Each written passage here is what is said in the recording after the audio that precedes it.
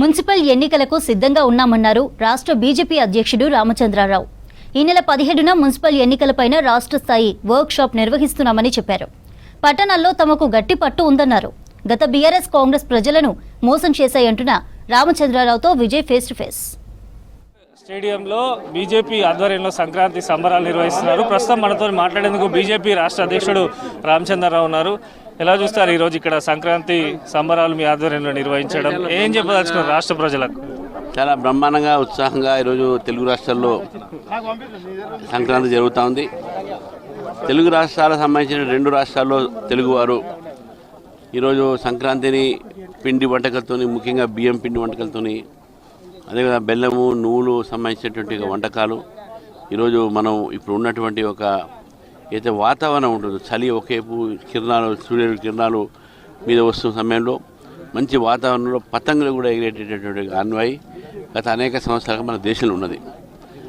పంజాబ్లో లోహరి అయితేంది, తమిళనాడులో పొంగల్, హైదరాబాద్, తెలంగాణ, ఆంధ్రాలో సంక్రాంతి అనే పండుగ ఇది దేవీ దేవతలకు సంబంధించిన ఎక్కడ కాకుండా కేవలం వ్యవసాయానికి సంబంధించినటువంటి ఆ ఒక్క సందర్భంగానే ఈ యొక్క పండుగ ఇంటికి సంబంధించినటువంటి మనకు ఏవైతే బియ్యము ధాన్యాలు వస్తాయో మరి వ్యవసాయం చేసిన తర్వాత ఇంటికి వచ్చినటువంటి పంటతోని ఆ రోజు సంతోషంతో ఈ పండుగ జరుపుకుంటూ ఉంటాము.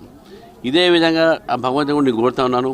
ఈ పంట పాడి తెలుగు రాష్ట్రాల్లో మంచిగా సస్యశ్యామలంగా ఉండాలి, 2 రాష్ట్రాల్లో తెలుగువారు సంతోషంగా ఉండాలని చెప్పేసి కూడా ఆ భగవంతుని కోరుతూ ఈ సంక్రాంతి పండుగ నాడు పెద్ద ఎత్తున భారతీయ జనతా పార్టీ కార్యకర్తలు ఇక్కడ ఎన్టీఆర్ స్టేడియంలో పతంగులు ఎగరడానికి వచ్చారు, గాలిపటాలు ఎగరడానికి వచ్చారు.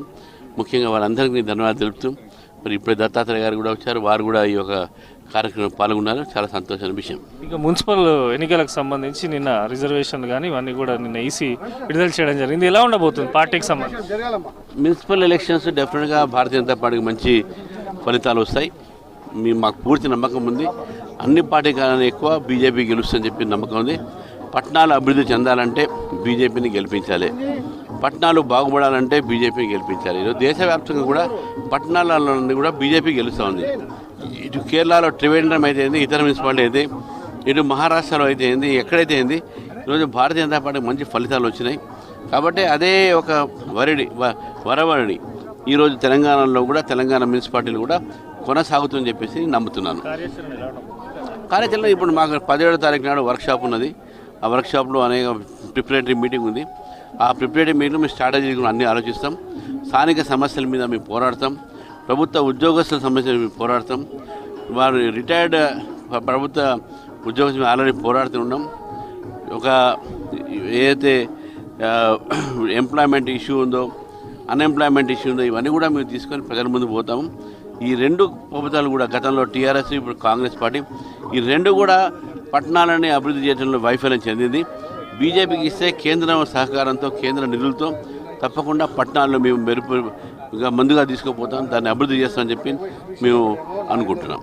సో అది తెలుగు రాష్ట్రాల ప్రజలందరికీ కూడా సంక్రాంతి పండుగ శుభాకాంక్షలు తెలిపారు. దీంతోపాటు మున్సిపల్ ఎన్నికలకు కూడా పూర్తి స్థాయిలో సన్నద్ధమవుతున్నామని చెప్పి ఈ నెల 17న రాష్ట్ర స్థాయి వర్క్షాప్ నిర్వహించడంతో పాటు అన్ని జిల్లాలలో పర్యటించి మున్సిపల్ ఎన్నికల్లో విజయమే లక్ష్యంగా పనిచేస్తామని చెప్పి కూడా బీజేపీ రాష్ట్ర అధ్యక్షుడు రామచంద్రరావు చెప్తున్నారు.